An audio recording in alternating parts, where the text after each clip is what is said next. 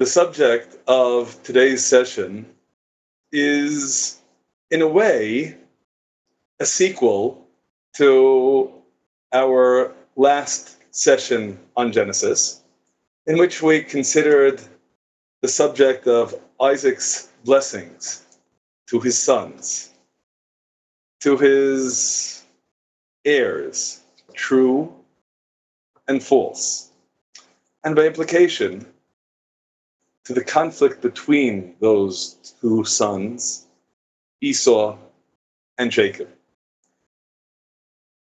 At this point, we're a little bit further in the narrative. We're up to Genesis chapters 32 and 33, and poised to consider an issue that far outlasts the lives of Jacob and Esau themselves.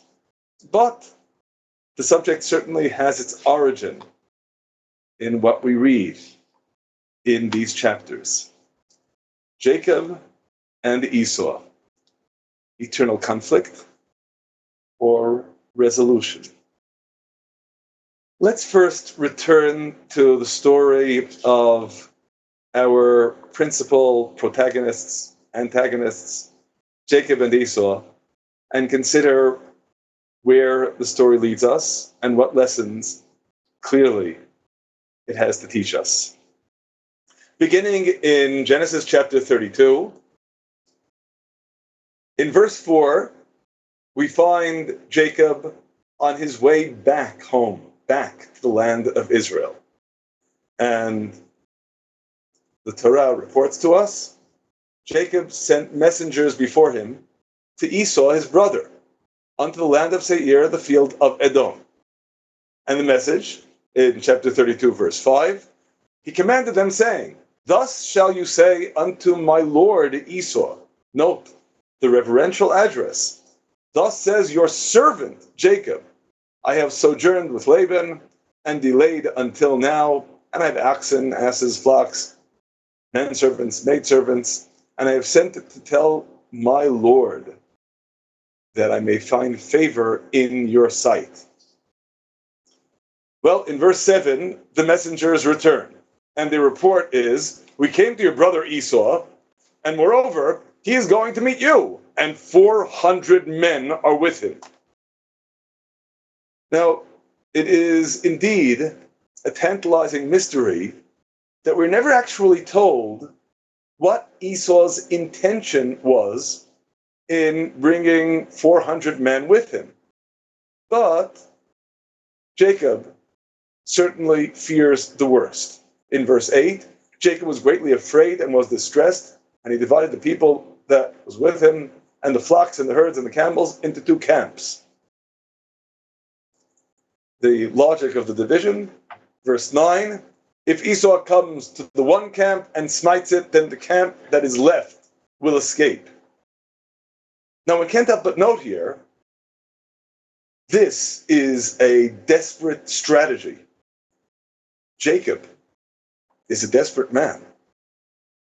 If anything, if one sought to defend oneself against an enemy, in unity there is strength.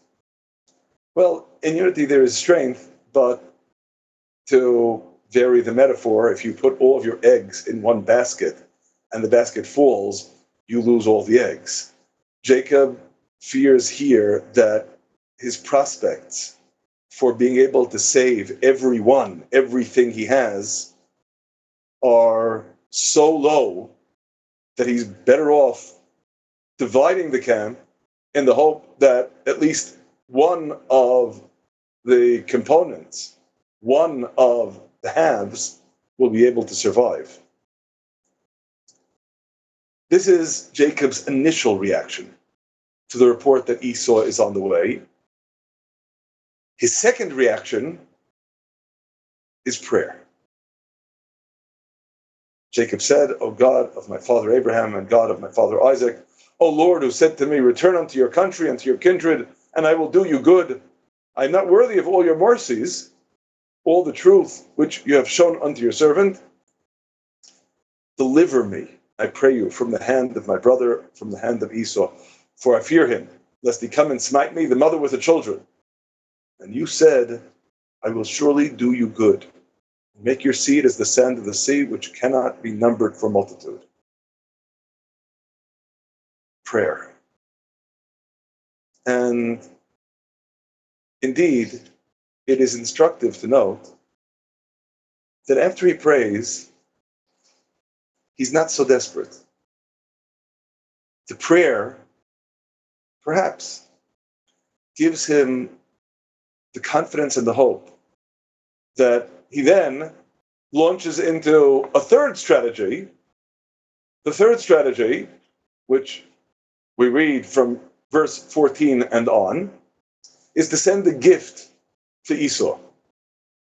In verse 14, he lodged there that night and took of that which he had with him a present for Esau his brother, and the present includes goats and camels and cattle, and he delivered them into the hand of his servants, every drove by itself, and said to the servants, pass over before me and put a space between drove and drove.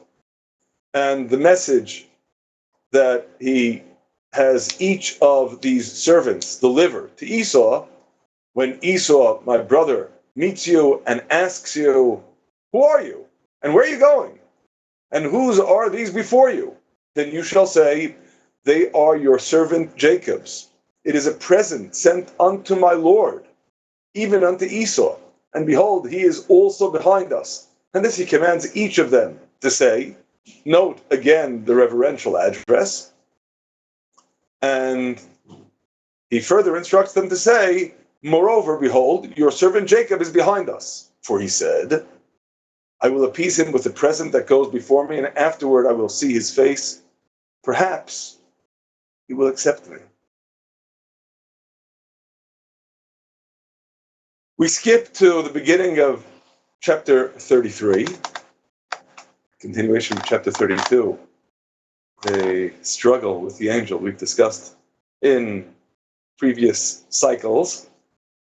The beginning of chapter 33, this nearing rendezvous comes to its climax. Verse 1, Jacob lifted up his eyes and looked, and behold, Esau came, and with him 400 men. And he divided the children unto Leah and unto Rachel and unto the two handmaids. And he arrays his family.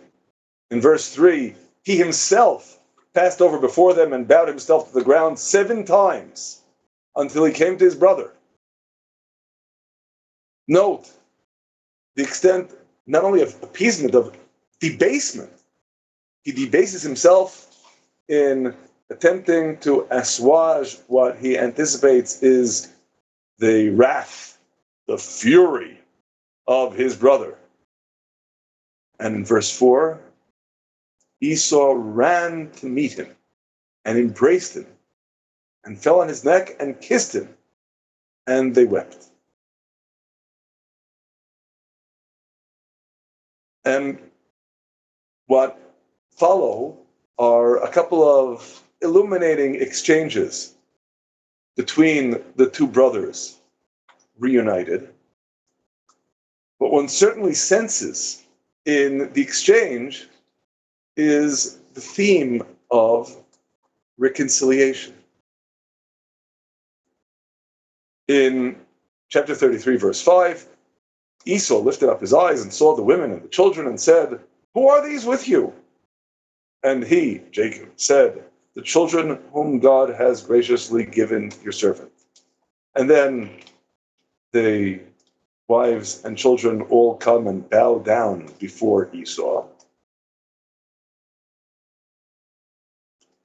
And in verse 8, the second exchange, he, Esau, said, what did you mean by all this camp which I met?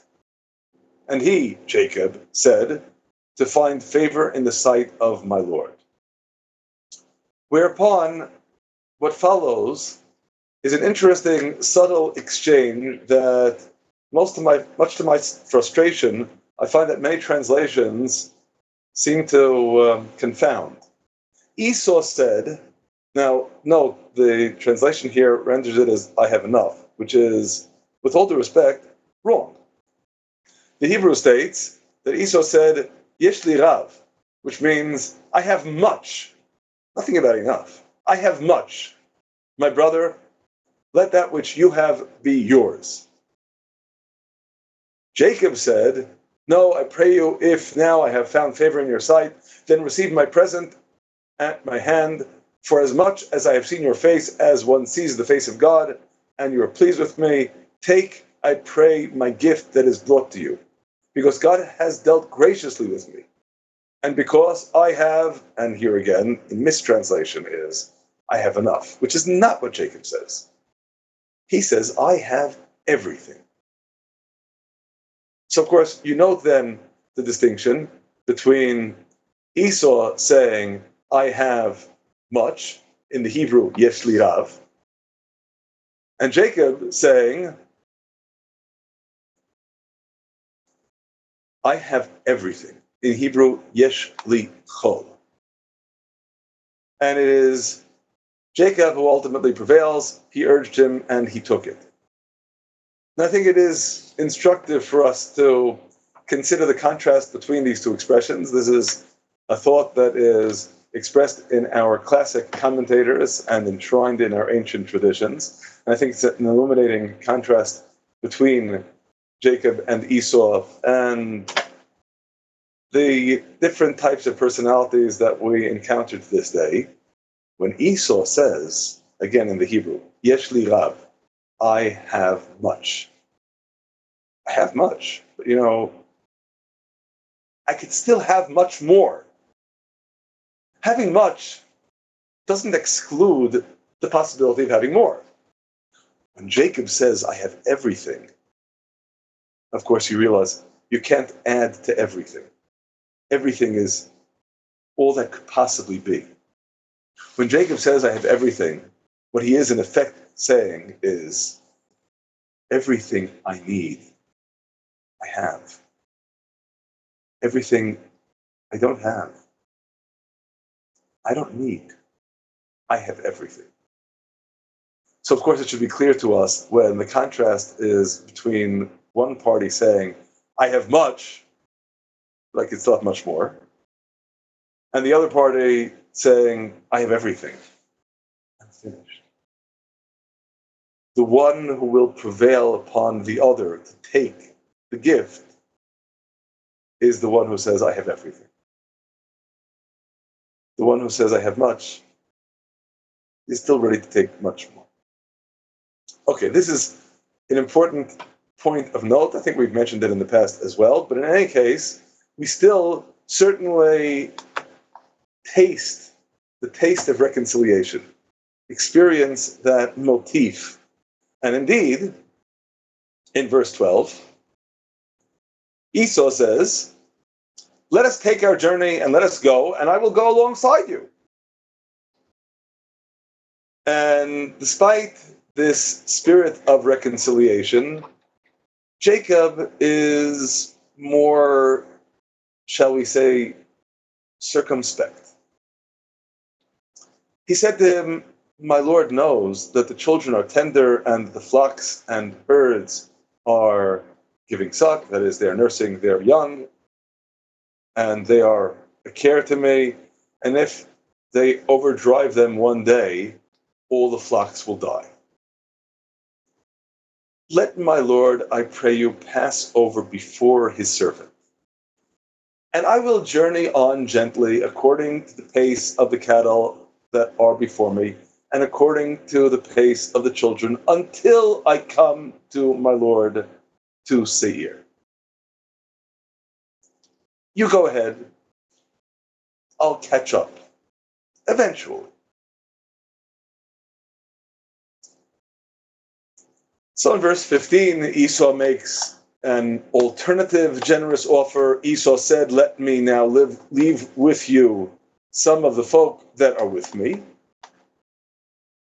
And of course, again, I'm going to reiterate, we don't know what those 400 men were doing there in the first place. That is, were they really there merely as a welcoming committee, as the escorts whom Esau would commission to accompany his brother and family?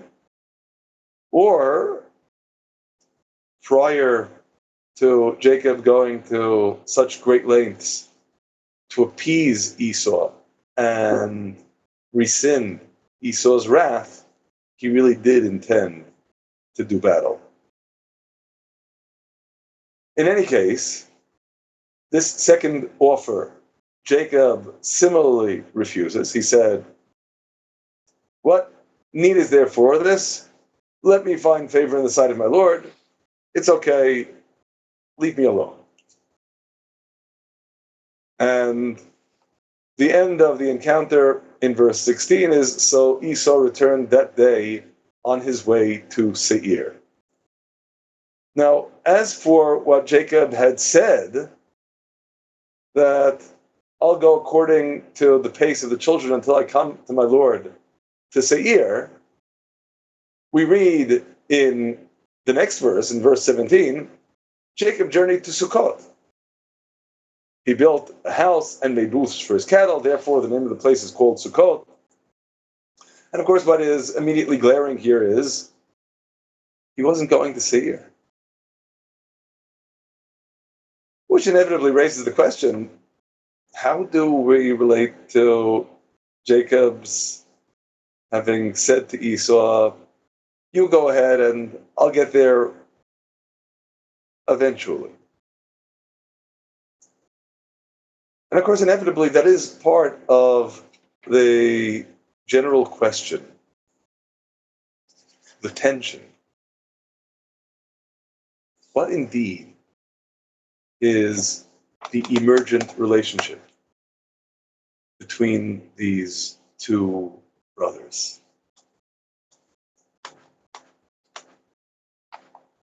In order to better appreciate what the relationship is, in order better to understand Jacob and Esau, let's return for a moment to the beginning and briefly consider some of the ideas that emerged initially all the way back in Genesis chapter 25. Recall that when, after years of barrenness, because Isaac married Rebekah when Isaac was 40, Esau and Jacob were born when he was 60. When finally Rebekah conceives, we read in Genesis chapter 25, verse 22, the children struggled together within her. And inasmuch as this was not a normal pregnancy, she said, if it be so, wherefore do I live? And she went to inquire of God. And God said to her, by our tradition, God said to her, through Shem, who is, after all, still alive at this time, as indicated by simple arithmetic, and who was considered a man of God for the duration of his life. In any case, God said to her, through whatever means, two nations are in your womb. Two peoples will be separated from your bowels. And the one people shall be stronger than the other people, and the elder will serve the younger. Now, what followed after this prophetic description of the fate of the twin children who would be born to Rebekah is, of course, the story of their birth and the story of their growing up. We touched upon this in our last session as well. To review very briefly, the boys grew. Esau was a cunning hunter, a man of the field, and Jacob was a quiet, simple, single-minded man dwelling in tents. And then we read the story of the pottage, the lentils that Jacob was cooking. Esau comes from the field and says to Jacob, "Let me swallow some of this redness." The color attracts his attention. And indeed, as a result, Esau is called. We could also translate the text as he, Esau, called his name Edom, red. So he asks for this redness, and Jacob said, "Sell me first, as of this day, your birthright." And Esau says, "I'm at the point to die. What profit shall the birthright be to me?" Jacob asks of him to swear, and he swore, and he sold his birthright to Jacob. And as we noted last time, lest we misconstrue this story to be a story of a wily younger brother outsmarting his somewhat obtuse older brother, we of course need to recall in verse 27, it is Esau who is the cunning hunter. Jacob is the one who is simple, single-minded. He doesn't know intrigues. Rather, it was simply a question of what is of value to each brother. And so in verse 34, Esau, undoubtedly snickering that he had a great deal over here because he succeeded in getting some good lentil soup in exchange for a worthless birthright that didn't even make a difference to him. We read, Jacob gave Esau bread and a pottage of lentils, and he did eat and drink and rose up and went his way. And the Torah adds, so Esau despised the birthright. This was not something that was of value to him. The birthright, presumably pertaining to being the spiritual heir of his father, as opposed to the recipient of mere material possessions. Now we skip to Genesis chapter 27, and of course this we discussed at length in our last session on Genesis, that, of course, as we all know, Isaac ends up being deceived into giving the initial blessing that had been intended for Esau to Jacob, tantalizingly in verse 33, as we discussed. Isaac, after realizing that he was deceived, says, "He shall be blessed." Perhaps, I know he is blessed, referring to Jacob. Esau complains bitterly that Jacob has supplanted him these 2 times, having taken away both his birthright and his blessing. And he begs his father for another blessing. Whereupon Isaac says to him in verse 37, "Behold, I've made him your lord. All his brethren I have given to him for servants. So what can I do for you?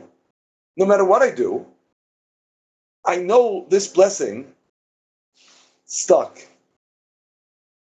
And it made him into the ruler and you into the subordinate."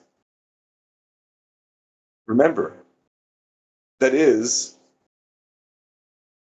whether Isaac was aware of it or not, the message that God had conveyed to Rebekah all those years earlier when she was bearing these 2 sons in her womb.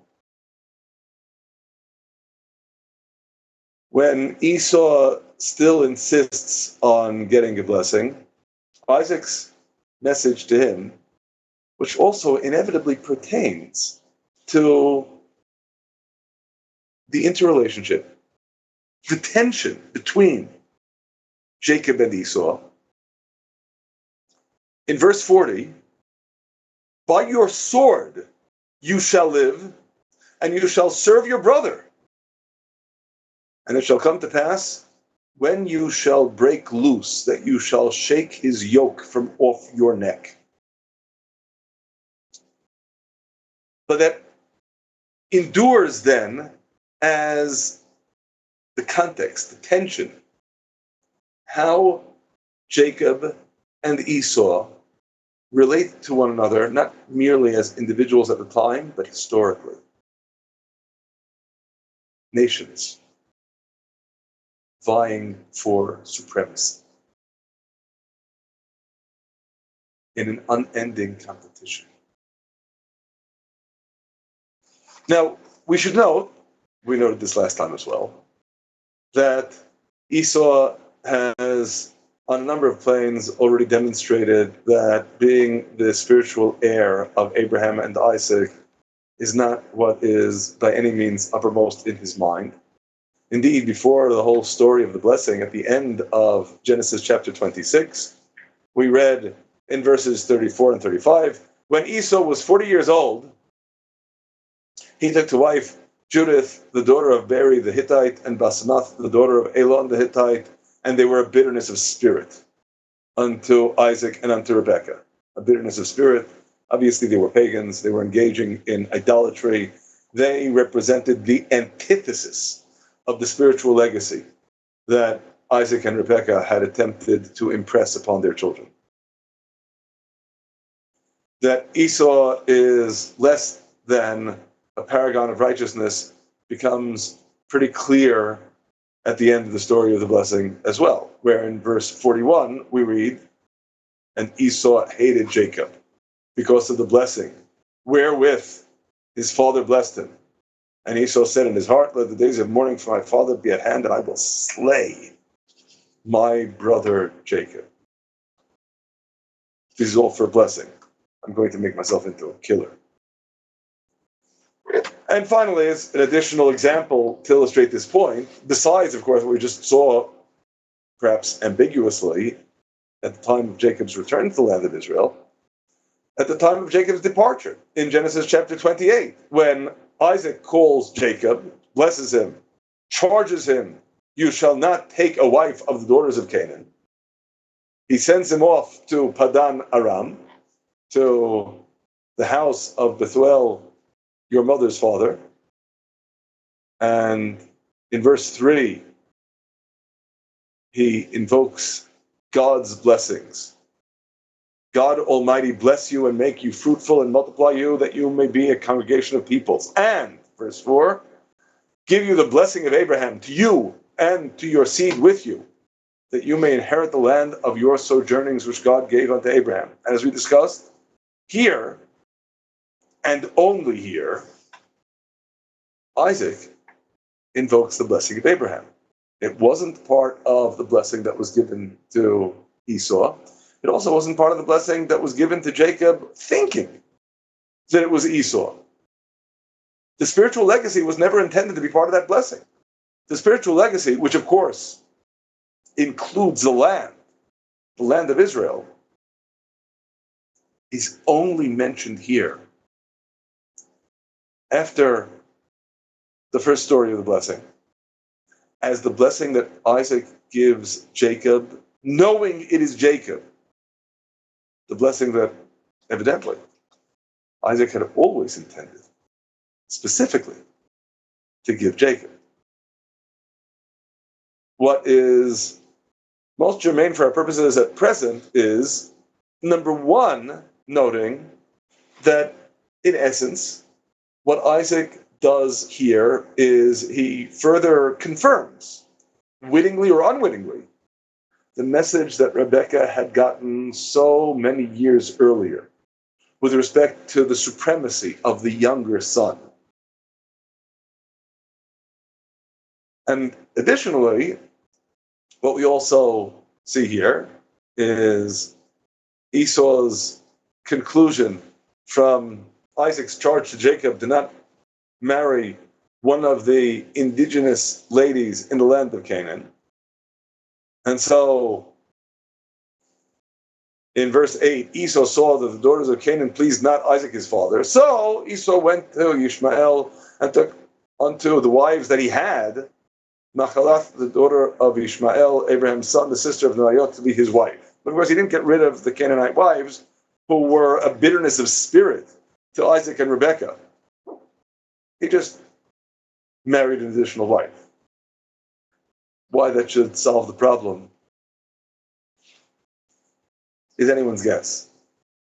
But of course, again, it does give us something of an indication of how Esau works, how his mind operates, based upon superficial concerns. When he sees the lentil soup, he doesn't look at the contents. He just looks at the color. Give me this redness. When he realizes that Isaac doesn't like the daughters of Canaan, he figures, okay, so I'll marry another wife in addition to them. Very superficial take, indeed, on what life has to offer. Perhaps the self-same attitude that motivated him to say, I have much, but I could still have much more.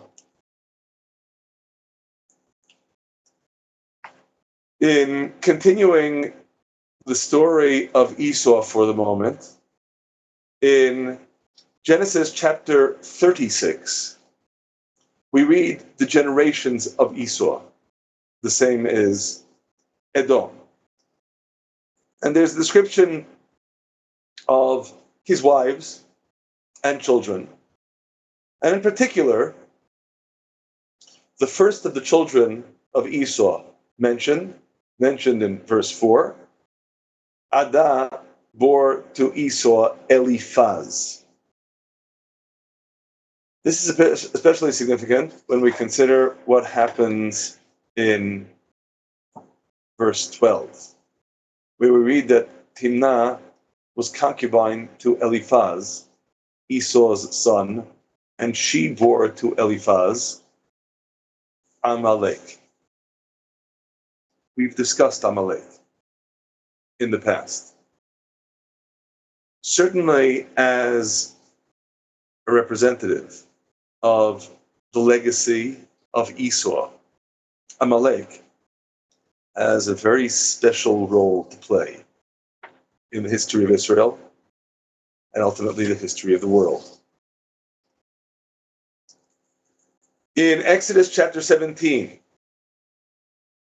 just the very next chapter, after the story of the miraculous manna, and just 2 chapters after the song of the sea, the song of thanksgiving after the miraculous splitting of the sea, we read in Exodus chapter 17, verse 8, then came Amalek and fought with Israel in Rephidim. After all these miracles, Amalek is undeterred. Amalek is the first nation to attack Israel after the Exodus. And Moses said to Joshua, choose us out men and go fight with Amalek. And indeed, we read in verse 13 that Joshua broke the ranks of Amalek and his people with the edge of the sword. But that's not the end of the story. Indeed, one could say there is no end to this story yet. Because we read in verses 14, 15, and 16. God said to Moses, write this for a memorial in the book and rehearse it in the ears of Joshua. For I will utterly blot out the remembrance of Amalek from under heaven. And Moses built an altar and called the name of it Adonai Nisi. And he said, the hand upon the throne of God. God will have a war with Amalek for all generations.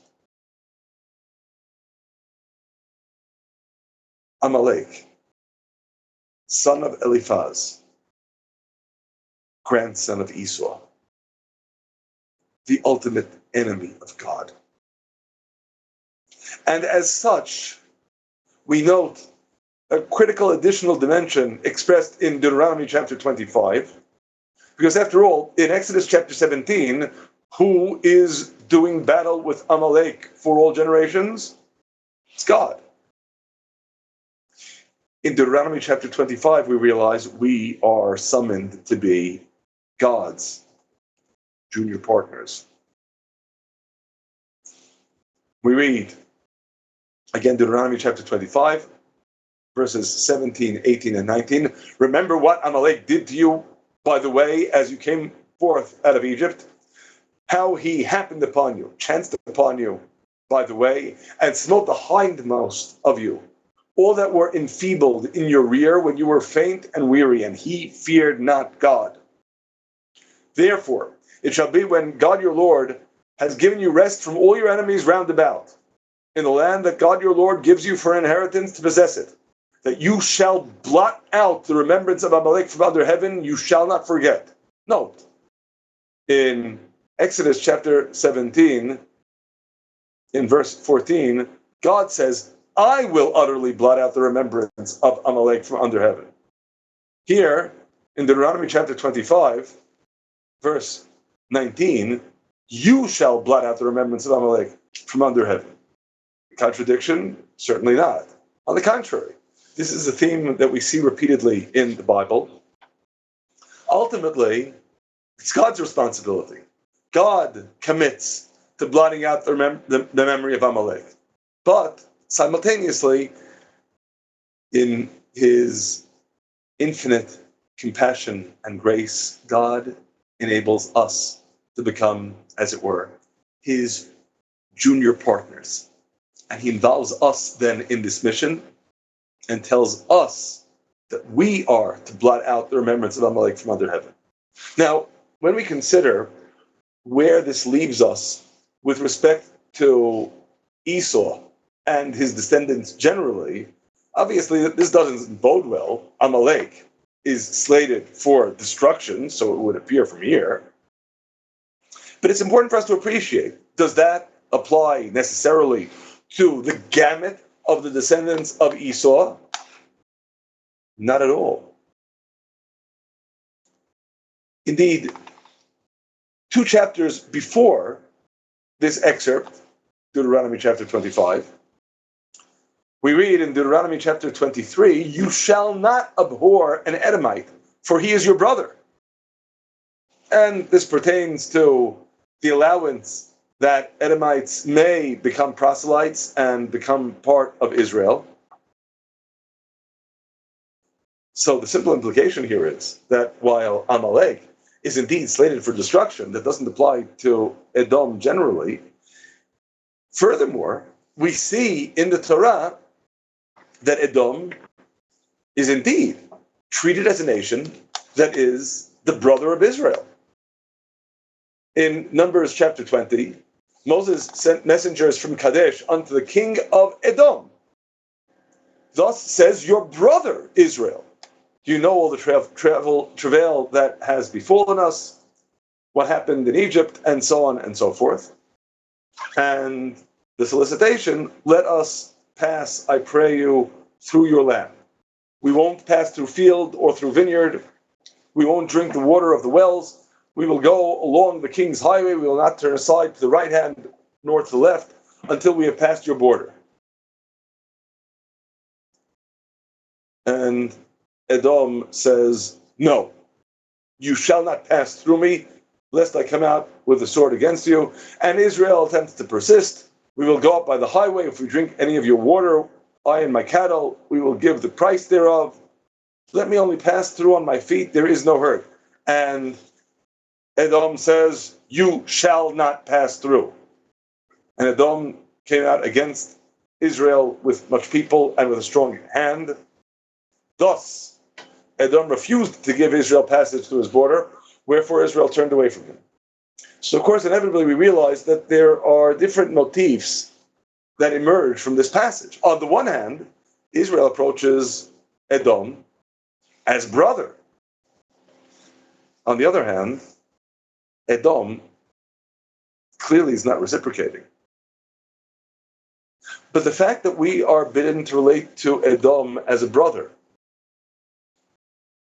because of being descended from Esau, obviously says something about how we are to relate to Esau historically.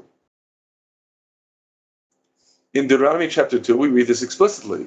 God spoke to me, saying, you have compassed this mountain long enough, turn you northward and command the people, saying, you are to pass through the border of your brethren, the children of Esau that dwell in Seir, and they will be afraid of you. Take good heed unto yourselves, therefore, and don't do anything to frighten them.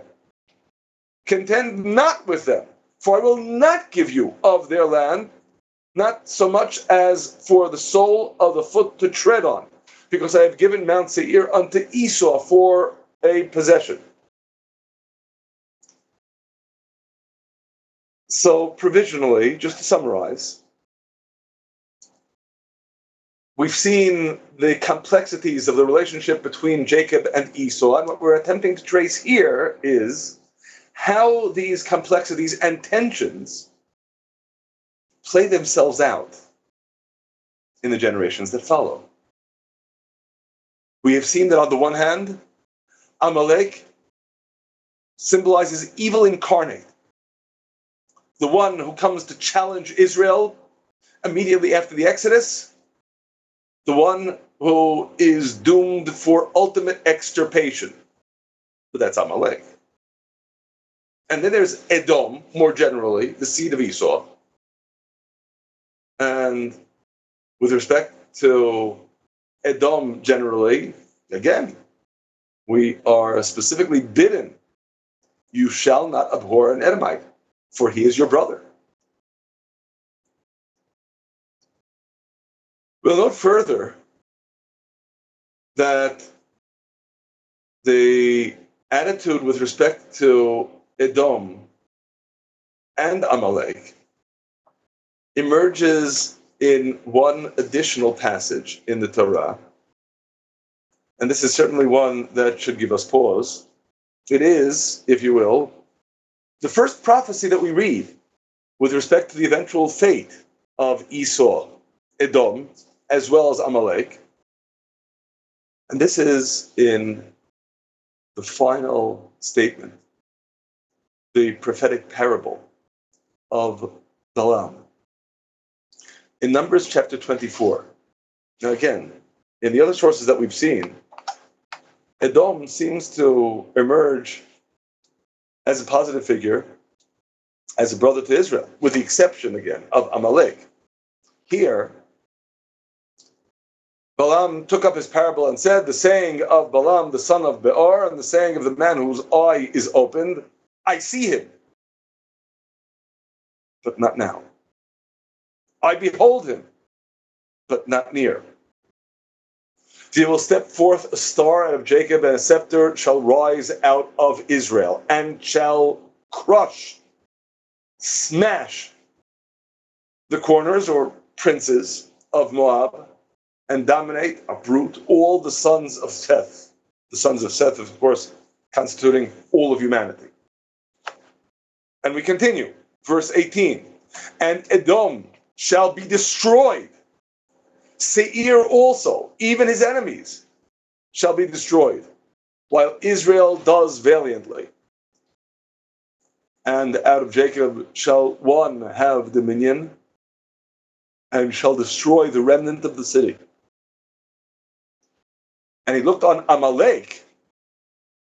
Remember, heretofore it was Edom. He looked on Amalek and took up his parable and said, Amalek was the first of the nations, but his end will be everlasting destruction. So note, of course, that while we would expect nothing less than everlasting destruction for Amalek, here there's also the theme of Edom being destroyed. Seir, also referring to Esau, being destroyed as well.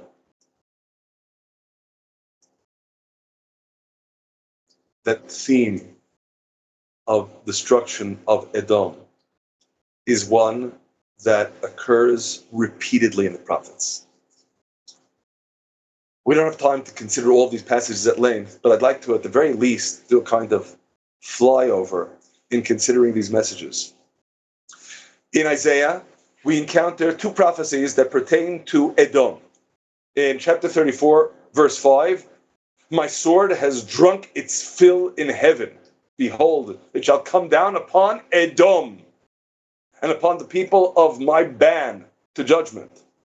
The sword of God is filled with blood. It is made fat with fatness and the blood of lambs and goats, with the fat of the kidneys of rams. For God has a sacrifice in Botzra. Botzra, capital of Edom, and a great slaughter in the land of Edom.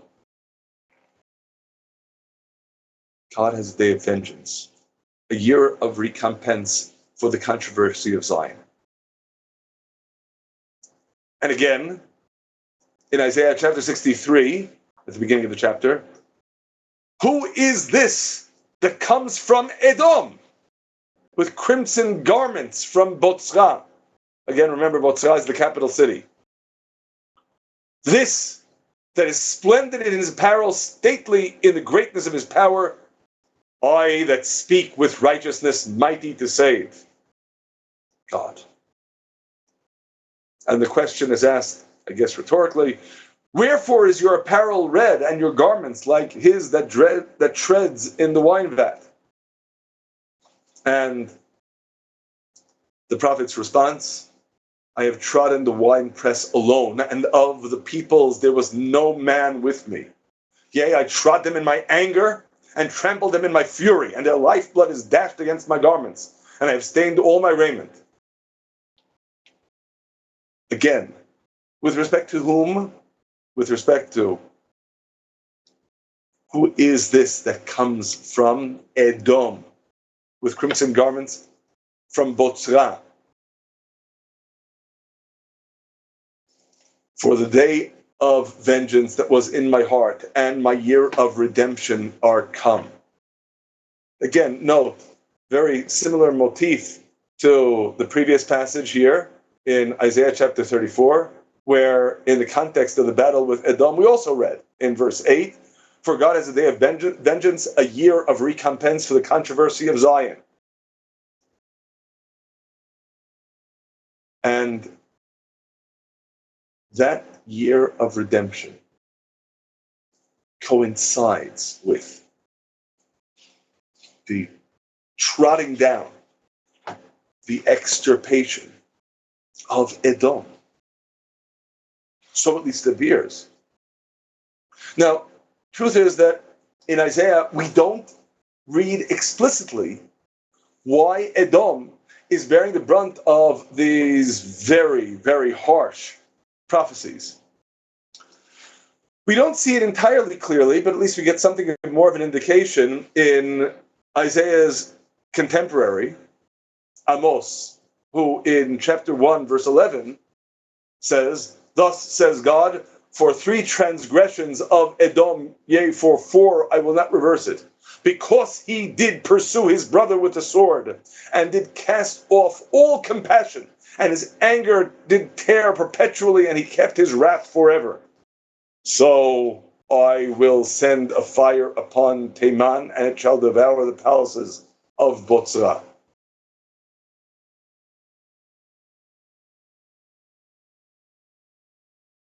What Amos does clarify is that the punishment has something to do with pursuing his brother with a sword.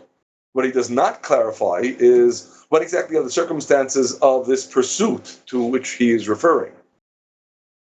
While Amos doesn't tell us, and maybe we really do need to leave that as a kind of enigma, when we consider the appearance of Edom in Psalm 137, verse 7, the context is completely unambiguous.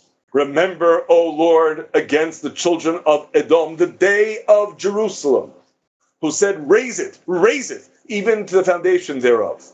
That is, Jerusalem is under attack. Jerusalem is being destroyed. Who's there? Rooting for the destroyers. Edom. And indeed, undoubtedly, in much the same vein, in Lamentations, in bemoaning the destruction of the temple, the destruction of Jerusalem, the destruction of Israel. Chapter 4, verses 21 and 22. Rejoice and be glad, O daughter of Edom, that dwells in the land of Uz. The cup shall pass over unto you also. You're gloating now. You think everything is fine? The cup will pass over to you also. You shall be drunken, and you shall make yourself naked. For the punishment of your iniquity is accomplished, O daughter of Zion. You already got your just deserts. He will no more carry you away into captivity, into exile. He will punish your iniquity, O daughter of Edom. He will uncover your sins. So, we have a context. At the time of the destruction of the first temple, the exile of Israel from its land, you would have thought that Edom and Judah would make common cause against the oppressors sweeping in. Edom sides with the enemy. Gratuitous hatred without even a reason. We might say classic anti-Semitism.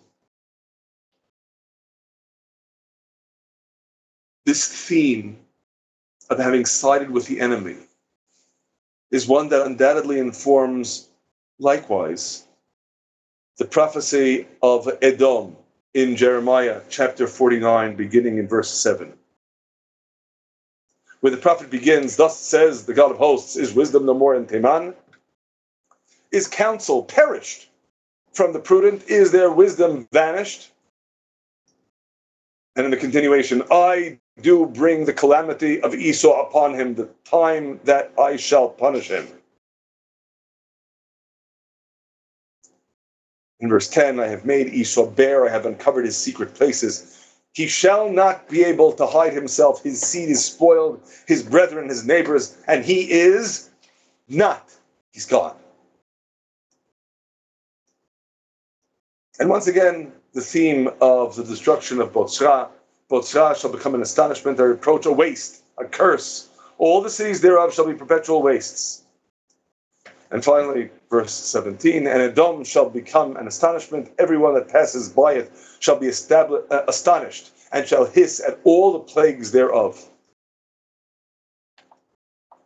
In tantalizingly similar terms to those of Jeremiah in chapter 49, we read in the prophecy of Obadiah, which is all concerning Edom.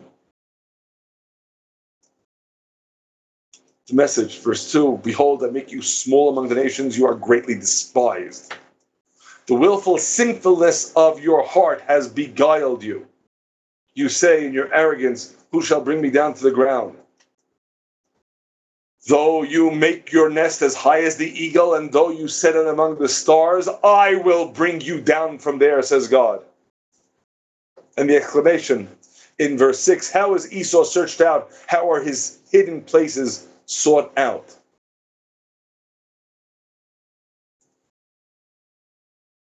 A description of abject destruction. And with the placement of the prophecy, Jeremiah, living through the circumstances of the destruction of Jerusalem, we can have little doubt that this is precisely what he's describing. Indeed, as we shall see in the continuation of the chapter shortly, this is precisely the context of Jeremiah's words of stern rebuke. Besides the prophets that we have seen thus far, one of the prophets who perhaps at greatest length, and undoubtedly for the same reasons we've already noted, speaks of Edom is Ezekiel. Ezekiel living immediately in the wake of the destruction of Jerusalem, having witnessed what Edom perpetrated. In Ezekiel chapter 25, verse 12, because that Edom has dealt against the house of Judah by taking vengeance and has greatly offended and revenged himself upon them, therefore Thus says God the Lord, I will stretch out my hand upon Edom, and will cut off man and beast from it. And I will make it desolate from Teman even unto Dedan shall they fall by the sword. And I will lay my vengeance upon Edom by the hand of my people Israel. In Ezekiel chapter 32, once again, there is reference to the destruction of Edom. There's a list of many nations that, in context, are descending into hell.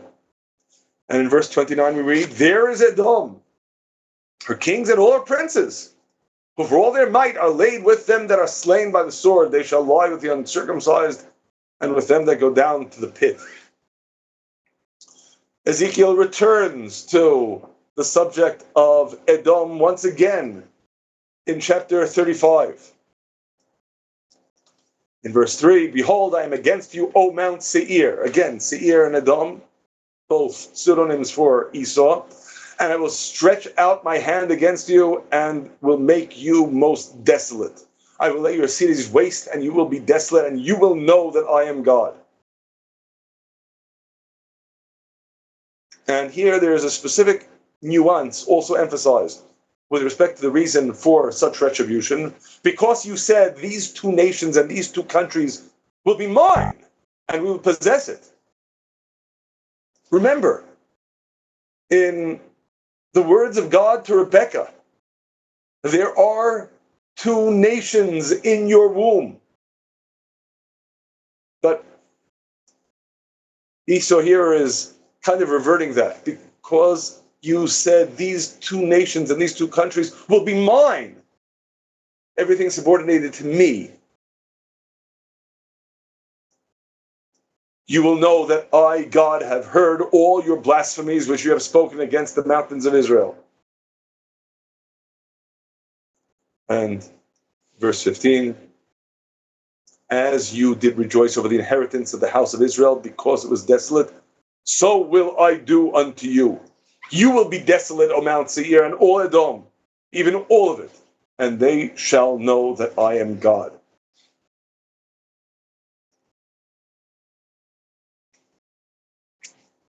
And one additional prophecy in the following chapter, in Ezekiel chapter 36. The reason I'm emphasizing this, on the one hand, chapter 36, verse 5, therefore thus says God the Lord, surely in the fire of my jealousy have I spoken against the residue of the nations and against all Edom, of all the nations. Edom is the one that's singled out. But in considering God's vengeance with respect to Edom, there's an additional theme. That theme is redemption.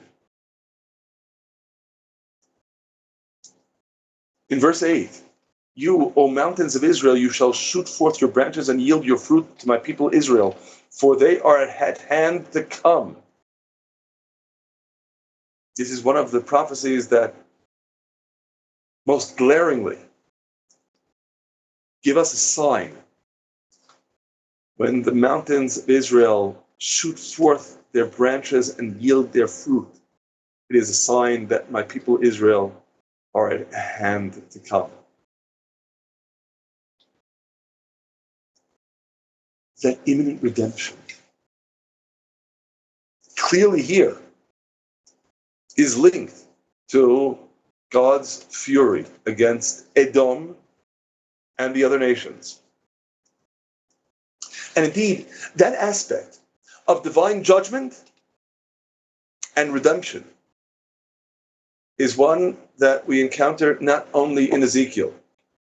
The very last words of the prophet Yoel, the end of the last chapter, beginning in verse 18, and it shall come to pass in that day that the mountains shall drop down sweet wine, and the hills shall flow with milk, and all the brooks of Judah shall flow with waters, and a fountain shall come forth of the house of God, and shall water the valley of Shittim.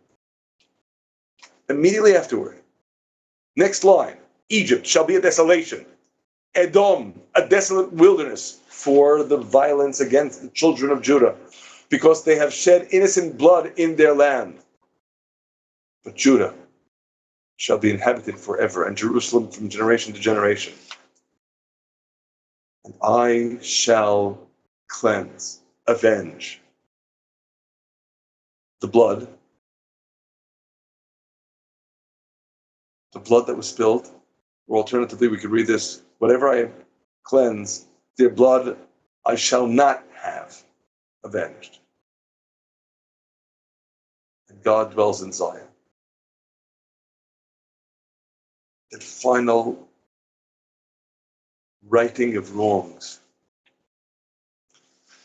the ultimate redemption, is inextricably linked with God's judgment against the nations, and in particular with Edom. And indeed, likewise, these were the final words of the prophet Yoel in the first chapter of Malachi. We noted this in our last session as well. In verse 2, I have loved you, says God, yet you say, wherein have you loved us? Was not Esau Jacob's brother, says God, yet I loved Jacob. But Esau I hated, and made his mountains a desolation, and gave his heritage to the jackals of the wilderness. Whereas Edom said, we are beaten down. We will return and build the waste places. Thus says the God of hosts, they shall build, but I will throw down. And they shall be called the border of wickedness, and the people whom God execrates forever. And the very next verse, verse 5, and your people shall see, and you shall say, God is great beyond the border of Israel.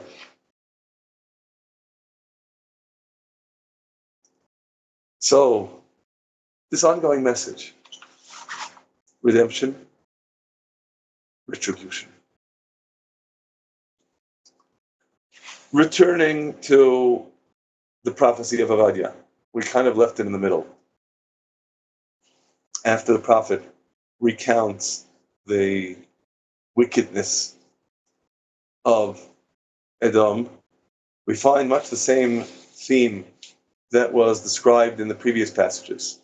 In verse 15, for the day of God is near upon all the nations, as you have done, it shall be done to you. Your dealing shall return upon your own head.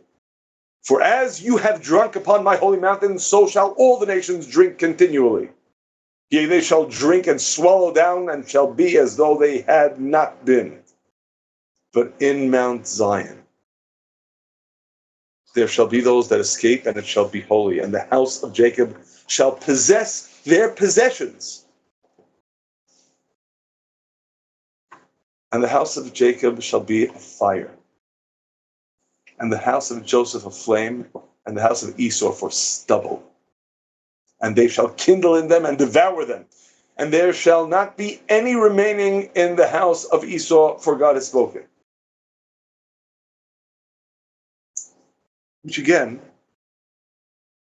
we could read as literally the obliteration of everyone coming from Esau, the destruction of Edom. I think it's important for us to appreciate that's not the whole story. The last verse in Obadiah, and saviors shall come up on Mount Zion to judge the mount of Esau, and the kingdom shall be God's. Of course, inevitably, you realize if there's no one there, the kingdom isn't God's. It's not about wiping out the people. It's about wiping out what Esau represents.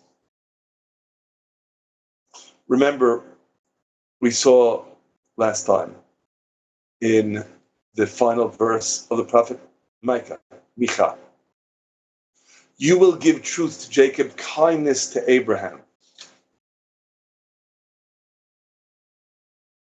It's about the message. Jacob is charged with being the personification of truth. Jacob is charged with the mission of projecting that message to the world. That's the message of being with God. To whatever extent you're with the message, you're with God. And that applies to every single individual, including Esau, including every one of his descendants. It's significant to note that a theme that we saw in both Jeremiah chapter 49 and in Obadiah pertained to wisdom. In Jeremiah chapter 49, verse 7, of Edom, thus says the God of hosts, is wisdom no more in Teman? Is counsel perished from the prudent? Is their wisdom vanished? In Obadiah chapter 1, verse 8, shall I not in that day, says God, destroy the wise men out of Edom and discernment out of the mountain of Esau? Now I feel compelled to share with you.